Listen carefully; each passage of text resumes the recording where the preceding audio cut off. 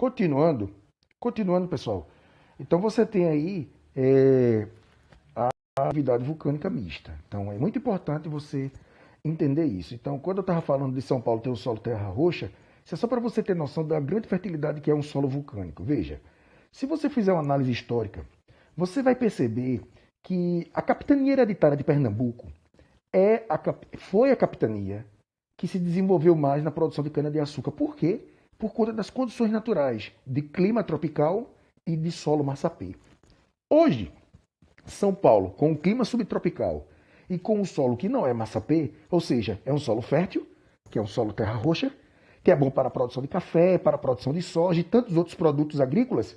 Mas hoje, nós temos São Paulo como o maior produtor de cana-de-açúcar do Brasil, maior do que o Nordeste, que tem as condições naturais ideais para a produção de cana-de-açúcar. Então, por aí você vê o quão importante é uma região a título de atividade agrícola, pelo solo orgânico, pelo solo terra roxa, por um solo extremamente diferente. Ok? Claro que a gente vai dar uma aprofundada melhor nesses tipos de solo quando nós formos dar a aula sobre pedologia. Claro que sim. Mas, por sua vez, a gente precisa entender que isso é uma consequência positiva. Com relação a essas cinzas, que a gente vai analisar agora na atividade pós-vulcânica. Então, na atividade pós-vulcânica, né, nós temos aí uma fumarola, nós temos geyser, que algumas pessoas chamam de geysers, solfatara, você tem o vulcão de lama e a mofeta. Isso aqui é o seguinte, o vulcão estava em atividade, só que agora a instabilidade acalmou e aí nós temos as atividades pós-vulcânicas. Por exemplo, uma fumarola, o que é que acontece? O que é uma fumarola? Abertura que emite vapor e gases contendo vários químicos, ou seja, nessa região a atividade vulcânica parou, mas ainda existe, né, atividades internas de menor intensidade. Então, por aberturas que não é a cratera, ou são aberturas que estão próximas do vulcão principal, você tem a eliminação de certos vapores, de gases químicos, ok? Então a fumarola sai esse tipo de vapor, mas especifica que gás é. No geyser, você já tem aí outra característica. O que é um geyser? O que faz um geyser, né? Então o geyser nada mais é do que nascente que periodicamente exala água quente. Olha aí, é uma nascente de água quente. Lembrando que do mesmo jeito que existe força interna trazendo o material magmático, a fumaça, para a superfície, a água que está no interior do lençol, né, o lençol freático, essa água pode vir sim para a superfície. Então, se você analisar, por exemplo, existe um local muito famoso na Islândia, né, no norte da Islândia, onde você tem uma atividade dessa, tá certo?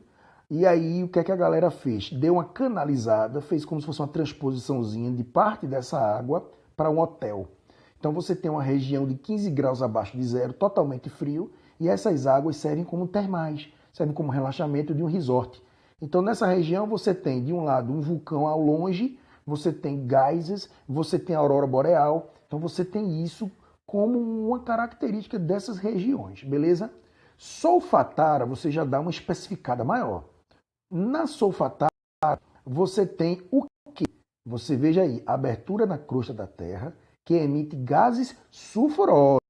Então veja que já há uma especificação do que está saindo por essa abertura na crosta. Claro que aí você vai precisar fazer aquela atividade interdisciplinar, entender quais são as consequências químicas dos gases sulfurosos, beleza?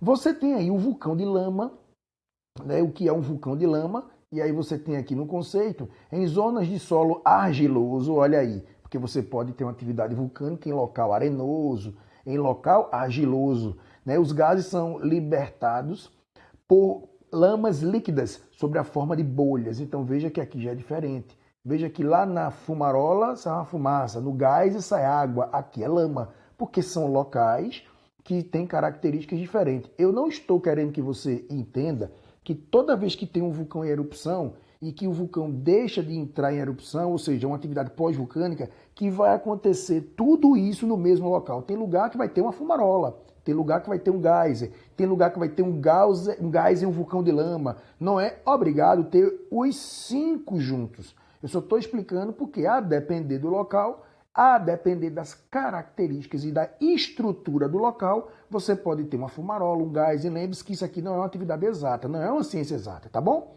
E aí você tem a mofeta, que lembra muito a fumarola. A diferença aqui, na mofeta, você tem o quê? A abertura na crosta que emite dióxido de carbono. Então perceba que no interior da Terra, você vai ter a emissão de vários produtos, de vários elementos que é na mofeta, que você tem, por exemplo, a emissão de dióxido de carbono, você tem na fumarola, que são gases de uma maneira geral, químico, o geyser, que é vulcão, que é uma emissão de água para a superfície, solfatara de ácido sulfuroso, e você tem o vulcão de lama. Então, quando a gente analisa tudo isso aqui, minha gente, você vai ver que as regiões de instabilidade geológica são regiões que têm que ser levadas em consideração porque pode afetar diretamente na vida do ser humano, tá bom? Então, recentemente, nós tivemos aí o vulcão Etna entrando em erupção, nós temos o Anak Krakatoa. Ao longo da história, nós temos várias atividades vulcânicas. O território brasileiro já foi um território de vulcanismo intenso na época do afastamento das placas. Nós temos regiões de solo vulcânico, nós temos rochas magmáticas, nós temos, por exemplo, Fernando de Noronha, que é uma ilha vulcânica. Nós temos vários tipos de vulcões no Brasil. Por exemplo, nós temos ali no Cabo de Santo Agostinho, nós temos em Pojuca, vulcões extintos, evidentemente. Então, lógico que a depender do local, você vai ter um vulcão extinto ou um vulcão ativo. O vulcão ativo, ele está em atividade, ou seja, em erupção, podendo ser uma erupção explosiva, como a gente viu lá no começo, emitindo cinzas e material piroclástico pela cratera. Podemos ter um efusivo, que além de tudo você tem o fluxo de magma. Nós temos um misto, chamado de estratovulcão, onde você tem as duas características, tanto de material piroclástico, como você também pode encontrar a atividade vulcânica de magma, e nós temos as atividades pós-vulcânicas. Na atividade pós-vulcânica, você tem todas essas características que podem acontecer. E nessas informações aqui na lateral, você vem explicando cada tipo, efusivo, misto. Nós temos aqui as atividades pós-vulcânicas. Olha aí, a atividade pós-vulcânica constituída essencialmente de vapor e gases de vários químicos emitidos por aberturas, chamados de fumarola. Solfatara são gases sulfurosos, mofeta, dióxido de carbono. Essa mofeta pode ser seca, dióxido de carbono, ou molhada, que contém água carbonata. É o conhecimento químico. E na prova de geografia não vai ser cobrado detalhadamente cada coisa dessa, mas é interessante você saber.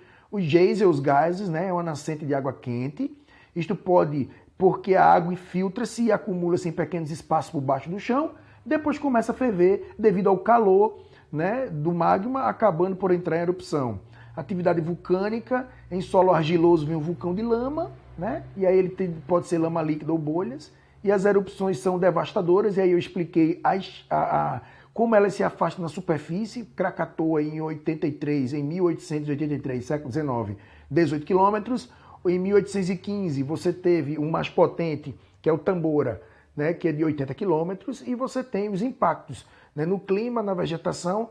E aí eu preciso especificar isso rapidinho. Os impactos no clima, você pode, por exemplo, com o aumento da quantidade de fumaça, você pode interferir nas características de umidade relativa do ar, principalmente na composição das nuvens, né? Nas nuvens, seja ela nimbus, seja ela cumulonimbus, que vocês vão aprofundar isso quando estudar climatologia. E isso pode alterar o pH. Alterando o pH, né, da água, aí tem todas aquelas consequências, por exemplo, de uma chuva ácida, né, com o pH alterado. Então você pode alterar o pH do afetar na vida dos animais, pode mudar as características do solo, pode afetar na vegetação. Então você tem consequências sim.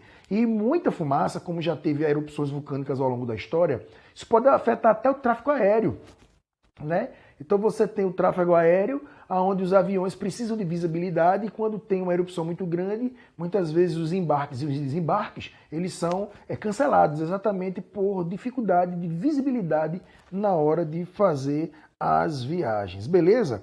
Então nós estamos analisando as atividades vulcânicas, elas interferem sim na constituição e na formação de relevo, elas interferem sim na superfície terrestre, alterando, por exemplo, as características de um determinado solo, a vida das pessoas. Isso vem associado muitas vezes de tremores, então é importante que você complemente esse estudo. Perceba que são informações mais direcionadas e que acabam complementando o processo endógeno da superfície terrestre. Beleza, pessoal? Então fiquem com Deus, até a próxima.